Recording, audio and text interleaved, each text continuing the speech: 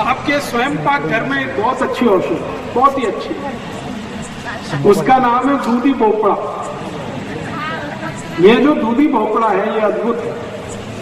इसकी भाजी आप खाते हैं रोज, बहुत अच्छा है, तरकारी खाते हैं, बहुत अच्छा है, लेकिन अगर इसका रस पिए दूधी भोपड़े का तो आपके शरीर की 15 बीमारियों को अकेला दूधी भोपड़े का रस ठीक कर देता है।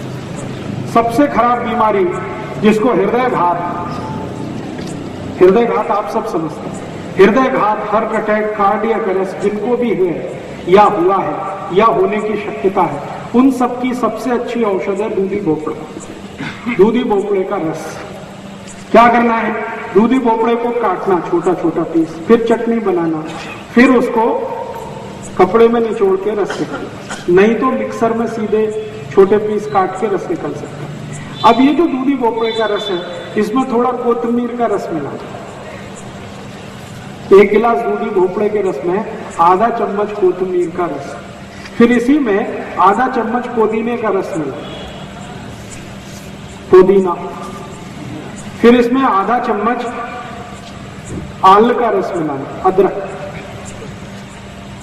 थोड़ा इसमें तुलसी का रस भी मिला सकते हैं, आधा चम्मच, और ये सब मिला के जो रस तैयार हुआ इसको सुबह सुबह पीना। तो इससे क्या क्या ठीक होने वाला है? हृदय घात कितना भी खराब स्थिति का हो, 3 महीने अगर किसी ने सतत ये पी लिया, उसको जिंदगी में दोबारा हृदय घात कभी नहीं होगा। और डॉक्टर अभी कहता है आपको कि ऑपरेशन करा लो, कल करा लो, नहीं तो परसों आपको हार्ट अटैक आ जाएगा, आप डॉक्टर को नमस्ते करके घर आ जाइए और उसी दिन से दूधी भोपड़े का रस पीना शुरू कर दीजिए। 3 दिन भी अगर पी लिया तो मेरी गारंटी है कि अगले 30 साल हार्ट अटैक नहीं आएगा, कभी भी नहीं आएगा। तो हृदय घात की सभी बीमारियों में सबसे अच्छी औषध है दूधी भोपड़े का रस। कभी कभी डॉक्टर आपको यह कहता है कि आपके हृदय में ब्लॉकेज है, आर्टरीज आपकी ब्लॉक हो गई है, 90% ब्लॉक हो गई, 2 आर्टरीज, फिर बोलेगा एक तीसरी वाली 70% ब्लॉक हो गई, तो भी डॉक्टर को नमस्ते करके घर आ जाए। वो तो बोलेगा अभी ऑपरेशन करा लो, नहीं तो कभी भी मर जाओगे। तो डॉक्टर को कहना कि जीना मरना सब ईश्वर के हाथ में है, आपको नमस्ते, आपने हमको सुझाव दिया, धन्यवाद। घर आके दूधी भोपड़े का रस चालू कर दो, दोबारा उस डॉक्टर के पास जाने की गरज ही नहीं पड़ेगी। हृदय की सभी बीमारियों में सबसे अच्छी औषध है दूधी भोपड़ा। इस दूधी भोपड़े से और भी एक रोग ठीक होता है, ये संधिवात। अगर गुर्गे का दर्द है, कमर का दर्द है, कंधे का दर्द है, दूधी भोपड़े का रस पीते रहिए, 3-4 महीने में ये सब दर्द मिटाएगा। इसी दूधी भोपड़े से एक और रोग ठीक होता है, आधा सिर का दर्द, माइग्रेन। इसी दूधी भोपड़े से एक और रोग ठीक होता है, कब्जियत, कोष्ठबद्धता, मलबद्धता। इसी दूधी भोपड़े से एक और रोग ठीक होता है, और वो रोग आपके रक्त के विकार का है। रक्त में कई बार एसिडिटी बढ़ जाती है, रक्त में एसिडिटी आ जाती है। ज्यादातर एसिडिटी पेट में होती है, लेकिन कई बार रक्त में आ जाती है, और रक्त की एसिडिटी सबसे खराब होती है। इतने खतरनाक रोग आते हैं कि जिसको ठीक कोई ना कर पाए। सोराइसिस हो सकता है, इचियोसिस हो सकता है, एक्जिमा हो सकता है। इन सभी रोगों में आधारभूत औषधि है दूधी भोपड़े का रस। अगर आपको ब्लड प्रेशर बहुत ऊंचा होता है, बहुत हाई है, दूधी भोपड़े का रस लेंगे, ब्लड प्रेशर नॉर्मल कर देता है। मोटापा बहुत हो गया है, ओबेसिटी आ गई है, वजन बढ़ गया है, दूधी भोपड़े का रस पीजिए, 4 महीने में वजन कम कर देता है। नींद नहीं आती रात को, दूधी भोपड़े का रस पीजिए, बहुत अच्छी नींद आएगी। भूख नहीं लगती, दूधी भोपड़े का रस पीजिए, भूख बहुत अच्छी लगेगी। आंखों की रोशनी कम हो गई है जिनकी, उनको दूधी भोपड़े का रस पिएंगे तो रोशनी बढ़ जाएगी आंखों। 3-4 महीने, लेकिन इसको ज्यादा भी लेंगे तो कोई तकलीफ नहीं आने वाली। 4 महीने तो कम से कम ले ही लीजिए, लेकिन अगर 4 से 8 महीने भी ले लें तो कोई हरकत नहीं। बार बार नहीं मिलते ना, बार बार मिलेगी, घर में लगा लीजिए। दूधी भोपड़े का एक बीज आप लगाएंगे तो उस पर कम से कम 100 दूधी भोपड़े आएंगे, तो घर में लगा लीजिए। इतनी जगह में, छोटी सी जगह में हो जाती है, गमले में भी हो जाती है, कभी भी मिलेगी। अच्छा, भाई परिजन लगाना है क्या? जी भोपला नहीं मिला समझ लेंगे, हाँ, वो भी रस दिया तो चलेगा। दूधी भोपड़े के रस से भी काम होगा, लेकिन परिजात में बहुत जल्दी होगा, इसमें थोड़ा देर होगा। रस लेने के बाद कितने देर? 40 मिनट तक कुछ खा नहीं सकते। दूधी भोपड़े का रस लेने के बाद 40 मिनट तक कुछ खाना पीना नहीं, 40 मिनट बाद कुछ भी खा पी सकते। नहीं, बिल्कुल नहीं। मैंने बोला क्या नमक?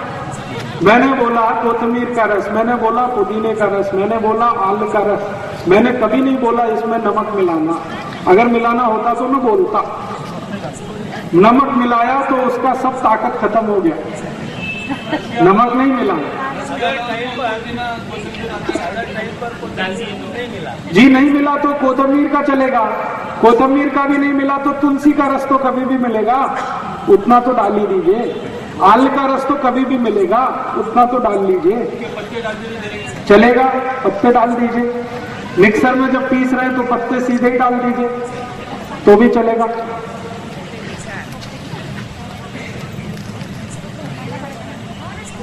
समझ में आया? दूधी भोपड़ा बहुत अद्भुत है। मेरी आपको सबको एक छोटी सी सूचना है कि हृदय रोग का कोई भी मरीज, कोई भी पेशेंट डॉक्टर के पास गया और डॉक्टर ने बोला कि ऑपरेशन कराओ, कभी मत कराओ, क्योंकि मैं आपको बताता हूं कि ऑपरेशन कराओ या मत कराओ, स्थिति आपकी वही रहने वाली है। ऑपरेशन होने के बाद यही है कि 2-2.5 लाख रुपए डॉक्टर आपसे ले लेगा, गारंटी कुछ नहीं देगा। वो कहेगा अगले दिन भी हार्ट अटैक आ सकता है, तो क्या फायदा ऑपरेशन कराने का? और मैं आपको बताऊं, हृदय घात का ऑपरेशन करने वाले सब डॉक्टर अपना ऑपरेशन कभी नहीं कराते, वो खुद दूधी भोपड़े का रस पीते, कभी नहीं कराते, क्योंकि उनको माहिती है ऑपरेशन के बाद भी ठीक कुछ नहीं होता। ऐसे मेरे पास बहुत पेशेंट हैं जिन्होंने ऑपरेशन कराया, एंजियोप्लास्टी कराया, बाईपास सर्जरी कराया, फिर से हार्ट अटैक आया और दोबारा पैसा नहीं था इसलिए ऑपरेशन नहीं करा पाए और दूधी भोपड़ा लेना शुरू किया और वो ठीक है। इसलिए ऑपरेशन कराने की बिल्कुल कोशिश मत करिए। क्या होता है वो मैं समझाता हूं। डॉक्टर करता क्या है, हृदय को रक्त देने वाली जो वाहिकाएं हैं, जिनको आर्टरीज कहते हैं हम लोग अंग्रेजी में, उनमें एक स्प्रिंग डालता है डॉक्टर, और वो स्प्रिंग वही होती है जो बॉल पेन में आपने देखी, बॉल पेन में एक स्प्रिंग देखिए, वही स्प्रिंग है, उसको अंग्रेजी में स्टंट कहते हैं। ये स्टंट 3 रुपए का बनता है और डॉक्टर जब आपको हृदय घात के ऑपरेशन में इसको डाल देता है तो 3 लाख रुपए ले लेता है। 3 रुपए की चीज है और आपसे 2.5-3 लाख ले लेगा और बोलेगा गारंटी कुछ नहीं, कल फिर अटैक आ सकता, तो फायदा क्या उसको डलवाने का। इसलिए कभी भी हृदय घात का ऑपरेशन कराने की कोशिश मत करिए। दूधी भोपड़े के रस से आपको कोई भी स्थिति ठीक हो जाएगी। मुफ्त की दवा है, ज्यादा खर्चा नहीं आएगा। अलग अलग प्रकार के रहते हैं। हाँ, बहुत अच्छा प्रश्न। भोपड़े कम से कम 2 प्रकार के तो मैंने देखे, एक तो गोल होता है और एक लंबा होता है। ये जो लंबा वाला है ये सबसे अच्छा है। तो लंबा वाला जो भोपड़ा है उसका रस सबसे अच्छा है। गोल वाला जो है इसको ज्यादा अच्छा नहीं मानते। बीज निकलता है, खरू निकलता है, कोई मीठा नहीं। हाँ, अगर बीज कम होगा तो सबसे अच्छा होगा, और कड़ू है तो उसको प्रयोग कम करिए। कड़ू वो तब होता है जब पक जाता है। पका हुआ दूधी भोपड़े का रस ज्यादा अच्छा नहीं माना जाता। कच्चा हो एकदम, तो उसकी पहचान कैसे करना? एक दूधी भोपड़ा हाथ में लीजिए, उसमें नाखून लगाइए, तो आसानी से नाखून अगर घुस गया तो वो बहुत अच्छा है, और नाखून घुस नहीं रहा है तो बिल्कुल बेकार है।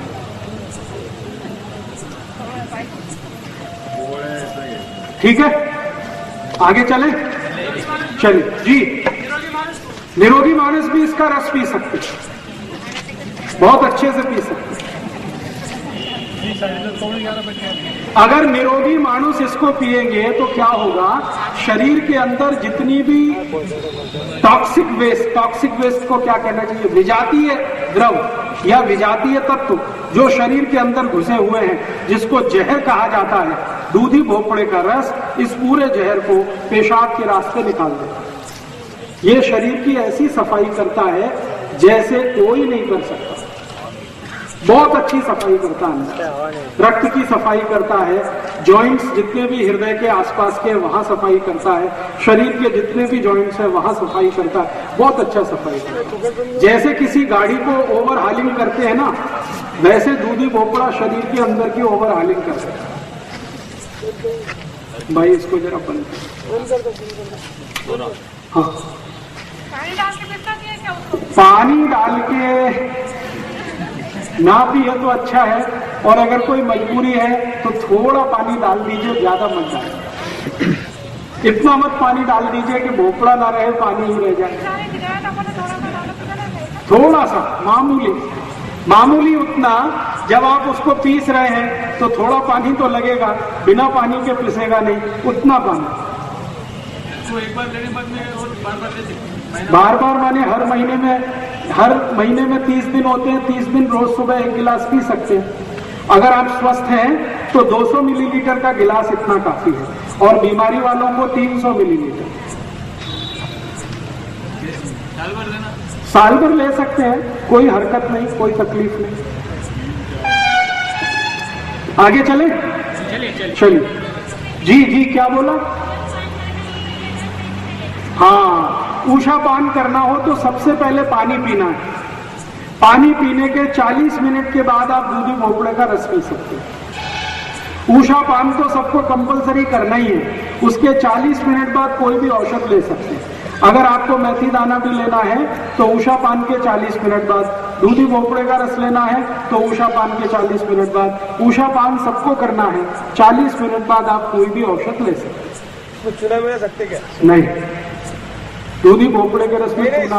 सुबह के ऊषा पान में, ऊषा पान में तो ऊषा पान का पानी सीधे ही रखिए, सादा। चूना मिलाया हुआ पानी बाद में पीजिए। गर्म पानी लेना। गर्म पानी माने कोमट पानी, हल्का गुनगुना पानी ले सकते हैं।